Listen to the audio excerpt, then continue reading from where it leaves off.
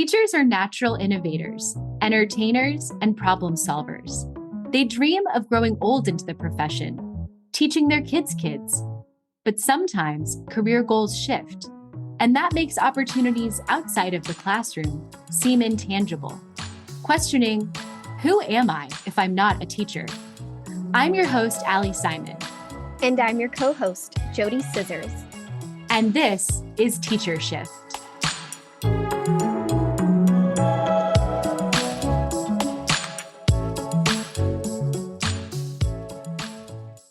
Having trouble getting started with your shift? We understand the struggle. Luckily, there are great people that can help you take that first step. Today, we speak with an expert in recruiting so you can get your LinkedIn and resume ready for your next role. Jennifer Jeansonne is an independent recruiter operating JAJ Recruiting Consulting, where she brings cost and time-saving talent acquisition solutions to small and medium-sized businesses, with a special passion for young businesses.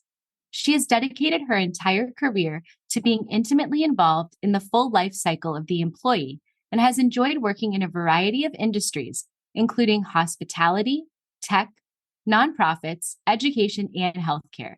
And you may not be surprised to discover that she started her career as a teacher.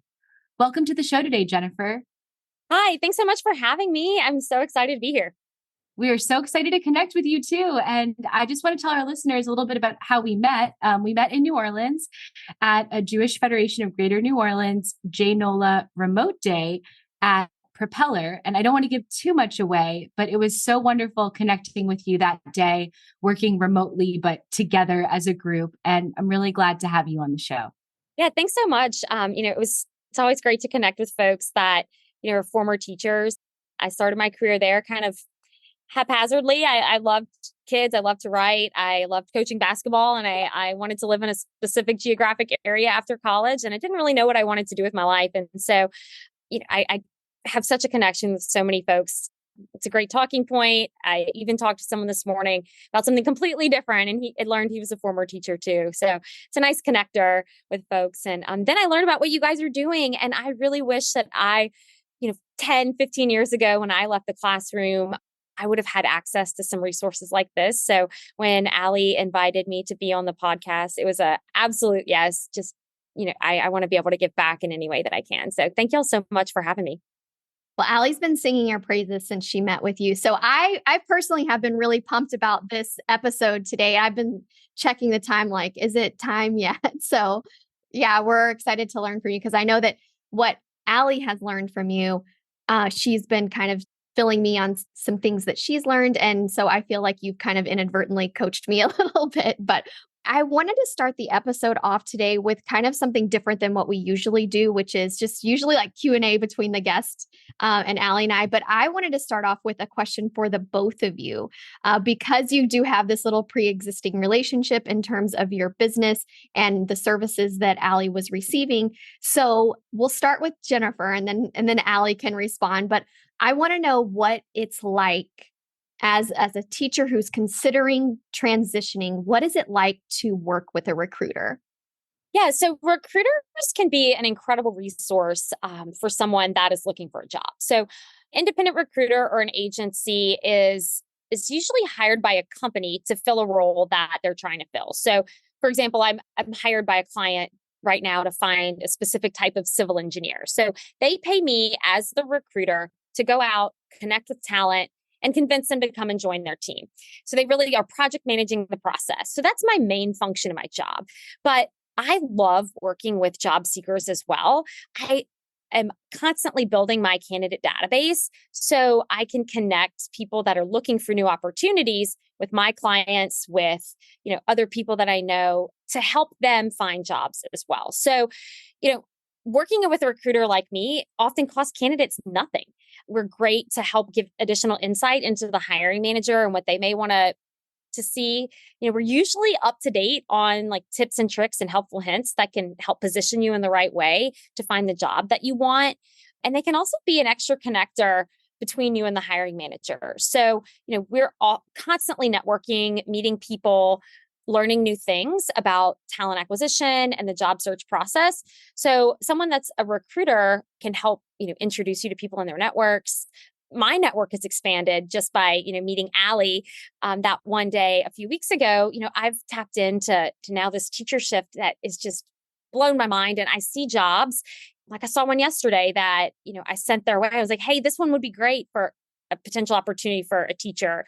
I was thinking even in this conversation I had before with this product called Teamable, that they need people to teach people how to use technology in different roles. And it has nothing to do with being in the classroom, but the skills that you have there can be translated in so many ways. So, finding a recruiter that you work nicely with, that you enjoy their company, that, you connect with, can really help you in your current stage. But also they can help you later in life. You develop those networks because they have big networks and they can start to connect you with people. You can then use it in your next job, however that might be. People love to give advice. People love to help. And it's often a free resource that you can use. A lot of times, not me specifically, I don't have an industry niche, but a lot of times people are experts in a specific industry. So if you really love hospitality, connecting with a hospitality recruiter can get you really some great insights on that one particular industry or a way to position yourself within that industry. I've listened to some of the other podcasts before this, and, some of the challenges that I know that teachers go through when trying to transition out of the classroom is, how do I word my teacher skill sets and the things that I really excel at and have done on a daily basis? How do I word that for another industry? Just ask the recruiter that. People love to interact on LinkedIn. Ask for a 15-minute call. Most recruiters, if they're any way good at their job, always want to add more great candidates to their network. So it's a free way for them to connect with people too. If a recruiter is reaching out to you on LinkedIn, they're usually paying for it. And so it's not cheap. So by the time that, if you already have a pre-existing relationship with someone, they're going to go there first to try to fill a role. And they love to interact with that industry specific thing too. If there's anything that teachers love more, it's something that's free. Yes, agreed. So I think that's a really good selling point right there. So Ali, what about you? You were on the other end. You were the one being coached. So what was that like for you working with a recruiter? So I have to say, at first, I always go into talking with someone about my professional life, and I lead with what I'm doing now, which is I'm a project manager. I work on a youth apprenticeship grant, go into what I do now. And then at some point I'll say, and I used to be a teacher, for 7 years. And I always get nervous about that, to be honest with you, because I think that, like we talk about on the podcast, the outside world doesn't see teachers in the same way that all of us know teachers should be seen, because they have so many valuable skills. So when I learned that Jennifer had also been a teacher, immediately I was like calm, more relaxed. I wanted to be like completely, transparent about like what I thought my strengths and weaknesses were. And like that I have been in a new industry for a couple of years, but not as long as I was in my old industry. And so, she really helped me think through like, well, what kind of jobs might you be looking for in the future? Or what's your goal with LinkedIn and your resume? Like, are you working on something specific? Is it more general?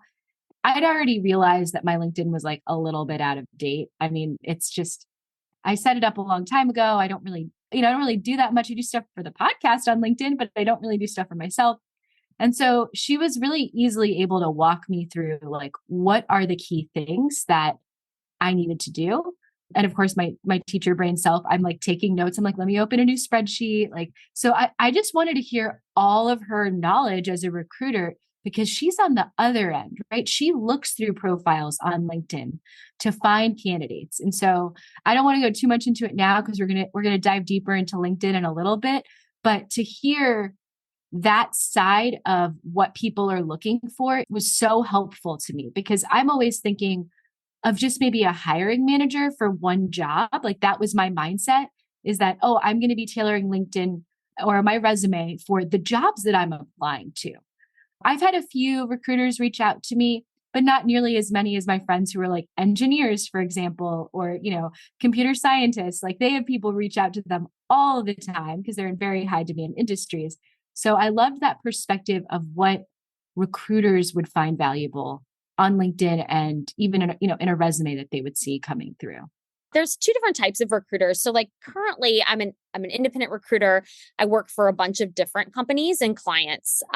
There are also in-house recruiters. So the larger the business is, the bigger team that they can have as part of their HR team. So a lot of times they'll have an in-house recruiter, which is what I did prior to this. So I had worked at Raising Cane's as an in-house recruiter, and I worked on a very specific type of role and a book of business within that one company. So if you are interested in working for a very specific company, it would also be advantageous for you to connect with a recruiter in that particular company, because then they can kind of tell you about what they're planning and what are their hiring plans for the next 6 months. Are they opening a new business somewhere that they might need a lot of manpower? And you can really get to know that recruiter, because I view it from the mindset of like, I'm hiring for this one position, yes, but like I consider a candidate for any and all positions that I have open, I have coming up, or I could have coming up. And I think if you think of that mindset, it's a true partner, that it may not be a yes for this one position, but if you are able to build a little bit of a relationship with them, they'll remember you and they'll be like, who was that person that did this, this, and this? And they'll go back and look at their notes. And even if it's a month later, those have been some of my favorite hires that I've made as people that I've kept in touch with and had in my candidate database that didn't necessarily fit right then, but I was impressed by the person reaching out and connecting with me and establishing a relationship with me, that I remembered that person for future hiring needs that I had. So that's another way that recruiters can help you out, especially if you're kind of at the beginning of your process and just starting to explore it. You have a job currently, maybe, it's the middle of the school year. Maybe you're thinking about transitioning out at the end of the school year. So now would be a great time to kind of reach out and do that. But to do that, you need to have your ducks in a row and be able to explain who you are and, what kind of value you could add. We have teachers reach out to us all the time that we know within our personal network who've been listening to the podcast, and they say, I've been listening and, I've taken these tips and I've done this. And one of the things that I see very commonly is that they have just this one resume that when I look at it, when they send it to me, it looks exactly like a teacher resume, and it doesn't fit whatever job they're applying to, or sometimes they'll be applying to any job out there. And so that's one of the biggest mistakes that we see is just you have this teacher resume and you're going for all these jobs and you're not really going to be selected in a pool because you don't have the right words that are triggering what exactly you're going to be doing in that role. And so do you think that when teachers are trying to transition out of the profession, they need to leave the teacher resume behind? Oh, 100%. So, and how do you do that? There are all sorts of things that you can do, but here are a couple of tips that I feel like might be helpful for you. Just, really focusing on highlighting skill sets and achievements over regurgitating a job description. You want to think of things that can set yourself apart. Metrics achieved, key accomplishments, big wins, problems that you've solved, programs that you supported, awards, recognition that you've had. Really think data and hard numbers in any way that you can. And I know there are a lot of things that are sort of hard to translate, but, I'm just pulling this out of my head. If you had 97% of your students pass a leveling exam, explain that, use that. Did you plan 17 different units of work in a year? That quantifies things for people to see the amount of work that you can juggle, the things that you do, what else did you do while you were being a teacher? So, it's not just a teacher mistake, like you're saying, but everyone that's going through a job change is trying to figure out, how do I connect with another industry? And you have a great tool in your hand. You have the internet available, and there's great tools like ChatGPT where you can ask it, what types of skills would an HR admin have? And they'll give you like a list of things. So then I would take that list, the jobs that interest you, take that list and then compare it to the things that like your list of things that you've done day to day and like literally put them side by side. The old like pros and cons structure. If you have more pros and cons, just a 2-column thing. And you can then look and see where are things similar. So does this person do data management? Yes, you do that for 300 people on a daily basis in your classroom with managing accurate grades. Those two things go together, and it can help spark your mind on key phrases that you could use. Also, read other job descriptions out there to see what types of jobs are catching your attention, so you can learn the type of wording that's like in those particular job descriptions. So like I said earlier, a common mistake that they made, and I almost regret saying the word mistake, because you're trying something you haven't tried before, and you should be given the grace to learn something new. And in your form, you said one of your best teacher brain skills is, to use your ability to teach someone something new. And sometimes we have to give the teacher brain hat to ourselves and say, hey, now I'm going to teach myself something new, because we know teachers can take a concept, break down the strategies, and teach it effectively. And sometimes we have to do that, and we have to teach us to practice those skills. Right. That's such a great correlation. They say imitation is the greatest form of flattery that's out there. I am constantly seeking ways to do something better in my life, and I go and get inspiration from other places. So you're not copying something. There's also a great way to do, just Google a specific type of job resume example, and then go to Google Images, and it'll show you some skill sets and phrases and ways that people have already communicated it. So utilize that tool to help spark your memory. And then once you get your your inspiration, spark your ideas flowing, get your creative juices flowing, then put your own personal touch to it. Because the thing about your resume, it's showing who you are, what your achievements are, what, you can bring to the table, and, use the actual resume part to communicate those achievements and things that you've had, but then use the cover letter to make those connections between why having the teacher skill set of being able to take a concept, break it down, and make that connection for them in the words that you can in there.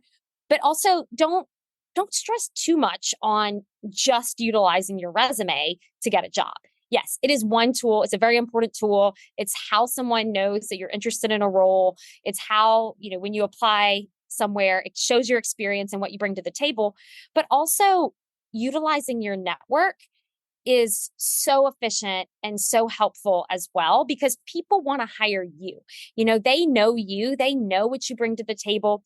Being involved in volunteer things, or parents know you. You never know what parents have a business. They think very highly of you. They taught their child 5 years ago. They will remember that. That's part of your network. Utilize those people that know you personally to help you get those skills. And then the resume is a piece of paper. So I think we also stress too much about getting it perfect. There are a lot of resumes that are seen by recruiters and hiring managers on a daily basis. So, you want to really focus on what you can bring to the table, but I wouldn't stress too much about having the perfect font or the perfect format. Like, honestly, I don't remember things that were wild and crazy unless they were really, really bad. So, give yourself a little grace there too, to not have to submit that 100% paper with the 10 bonus points that come with it. Like, it is great to get it out there and get it applied and start. And the good thing is that you can always update it. You can always change it. And another thing you said earlier, you should be changing it for the job that you want.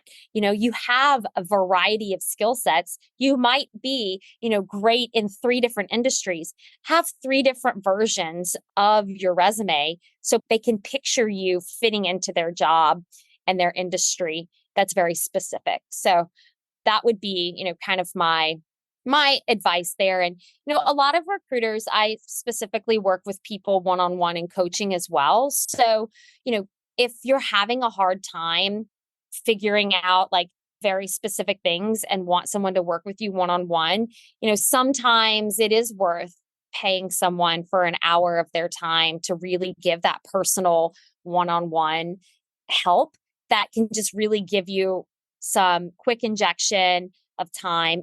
It's always worth reaching out. And, one of the things I've learned, especially honestly from knowing you for like a very short period of time, is the LinkedIn visibility to recruiters. So, spending some time, whether it's by yourself or whether it's working with someone professionally, can you talk a little bit about why it's important to have your LinkedIn up to date and that level of visibility that you would have with recruiters? Absolutely. So recruiters search for keywords on LinkedIn. So there are two things that I recommend that you do on your LinkedIn, if nothing else. Set it up and fill it out kind of completely. Make sure you have your picture, you have your jobs captured and you're up to date, even if it's minimal, like explanation of that. And then also use the skills to connect to the job. So you can put up to 50 different skills. So this is where you can utilize your tool, LinkedIn, and your research to, say you're good at project management, time management, really pull out 50 different skills that you can use. And this might be a fun blog post for you guys, how to utilize those LinkedIn, like actually pull them out for former teachers and help people just populate them. They auto-populate if you start typing it. And then you can connect it to the jobs that you've done them at. LinkedIn is also really, really great because you can put like extracurricular things that you do and other organizations that you're a member of. So like I encourage you, like Ali and JoDee, make sure you guys have, the podcast that you do. It doesn't have to be paid employment. It's something that you guys are volunteering on or working on. Are you a member of community organizations? Tag those people in LinkedIn, because the next thing that LinkedIn does is it's really great at showing connections. You'll see first, second, and third connections in LinkedIn. And what does that mean? So if you and I were directly connected, Ali, like we are, everyone in my network is a second degree connection to you. And you can have access to tag them in posts. Those people then see my interaction with you on my page. So it really, the more people that you're connected with on LinkedIn actually helps a recruiter find you and reach out to you, because certain functions of recruiter, that a paid recruiter service by LinkedIn, are only available if you have a first, second, or third connection to someone. So building your network out with people that you know is a simple way to really expand a recruiter's access to you, but also for you to see and ask for warm leads. So LinkedIn's super buzzy right now, and really, really people are using it in really cool new ways, but it's also almost a non-negotiable in the job hiring space now too, because what a recruiter will do is say, here's a candidate. I'm looking for XYZ skill set. I'm going to go and search XYZ skill set in XYZ location. Or if it's a location independent type role, then they, remove that factor. Oftentimes they'll search for types of degrees or years of experience. I mean, they can find that at their fingertips through LinkedIn way easier than they can with other resources that they have. Like on your LinkedIn, how at the top you have talks about hashtag recruitment, career advice, personal brand, career coaching, recruiting strategy. And that really got me thinking about how I could revise my LinkedIn page, because I know I need to do it. And Ali, I know you've been doing a lot of work on your LinkedIn lately. Do you have any updates on what you've been working on since you met with Jennifer? A couple of things that I did after meeting with Jennifer, and I'm actually like not that deep into it, but I'm very motivated at this point. So I haven't changed my photo yet. I do want to update my photo. I added a banner in the back, which before was just like this blue empty space, and this can really catch people's attention. I put the teacher shift banner there. One thing that I see you could change very, very quickly, this would probably be my number one tip. If you only have time to change one thing besides making sure your picture is up to date, would be, instead of having, I had like my job title and the company that I worked for right underneath my name. And so Jennifer and I talked about, instead of doing that, do it like what people are doing now, which is really to share a little bit about the different things you do. So now, instead of saying project manager lead at High Impact Partners, it says project manager, training guru, podcast creator, military spouse, leveraging teacher brain skills to support youth workforce development leaders, exclamation point. And that just is like a quick snapshot. If someone looks at my profile, all the things that I do. That was like really exciting when I put that up on LinkedIn. The one thing that's on my agenda to do next is the skills. And that's because of what Jennifer explained. I didn't realize that recruiters will search the skills area. And before, I actually used to think, like a couple of years ago, I was like, who are these people who are putting all these skills on their jobs? And now I'm like, well, they're doing the right thing. They were actually ahead of the game. So yeah, those would be like my few quick tips that you could use right now if you don't have a lot of time to update your LinkedIn profile. Yeah. And one thing that I always recommend people to, back to the like imitation is the biggest form of flattery. If you see something that's work is like cool on somebody's page, or like you want to be this type of employee or this type of industry, go look at their page and see the wording that they use. You're like, oh, I actually do that too. Let me add that to my skills. Another point that I had prepared was exactly what you just said about the LinkedIn headline. That was going to be my next step to like elevate it up just a little bit. Take out just your job title and the company that you're working for.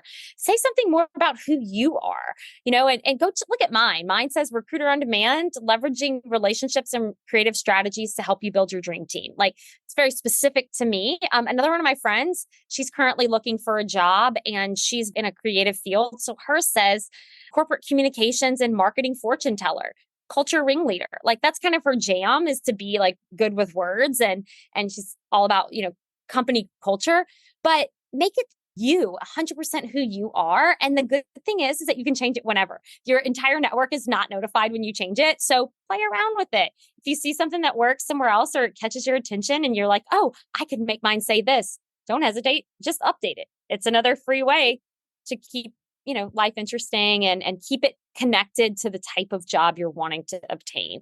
So if you want to be in the training field, make sure you talk about being that corporate trainer, or, breaking down concepts to make them easy to understand, or like have it really focus into the type of role that you want. If you want to be in IT, make sure you somehow mention that, a related concept in that headline, because that's the first thing that a recruiter sees there. I could talk about this forever and ever, and I know we're limited on time, but it also isn't going to just help you get a job. It's going to help you when you have your job too. Continue to make connections and do your job well. You don't have to be super active on it, but people are utilizing LinkedIn for all sorts of business connections these days. They are looking for advice, using it to connect with people, to help them with projects that they're working on. Potentially, if you're in a sales position, people use LinkedIn in a whole nother way. So the work that you put into it now is going to help you get that new job, but it's also going to be beneficial for you in that new job, because so many more and more people are utilizing it as a professional networking opportunity. Yeah, I think that's fabulous advice, to go ahead and utilize LinkedIn, even if you're not looking for employment right now, to keep updating. In my current job, I'm planning a conference in early 2024, and we need speakers. And so actually, I've been able to, the different connections that I've made and the space that I'm in, network that way to try to find the right speakers for this very specific topic of a conference. And so I think you're right. It's not just your job prospects, but can also be the job that you're in right now. I think you gave us some really great advice. I hope that we've motivated our listeners to take a look at their LinkedIn profile, to look at their resume. It can be really overwhelming. I say this as someone who's literally been like trying to do this for about a week now. So just do bite-sized pieces. Just focus on one thing.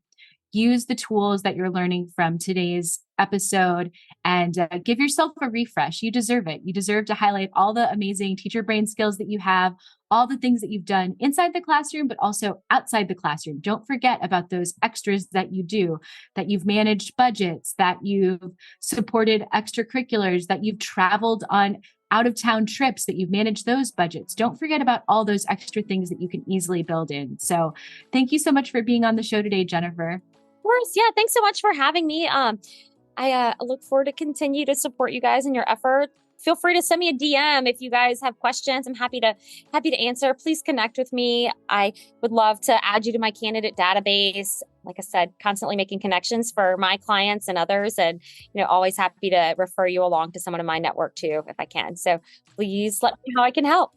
So if you'd like to connect with Jennifer, you can find her on LinkedIn or in her website, jajconsults.com, or you can email her directly, jennifer@jajconsults.com.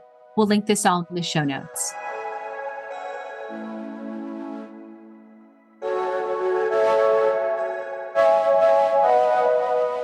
Are you interested in suggesting a topic for Teacher Shift, being a guest, or recommending a guest? Please see the episodes page on our website to make a submission. And if you'd like to write for us, see our blog page. If you liked Teacher Shift, give us a 5-star rating and follow us on Instagram, Facebook, Apple Podcasts, Spotify, and Amazon Music. Today's episode was written and recorded by me, Ali Simon, and my co-host, JoDee Scissors. Executive produced by Teacher Shift. Produced and edited by Emily Porter. Original music, Emoji by Tubacker.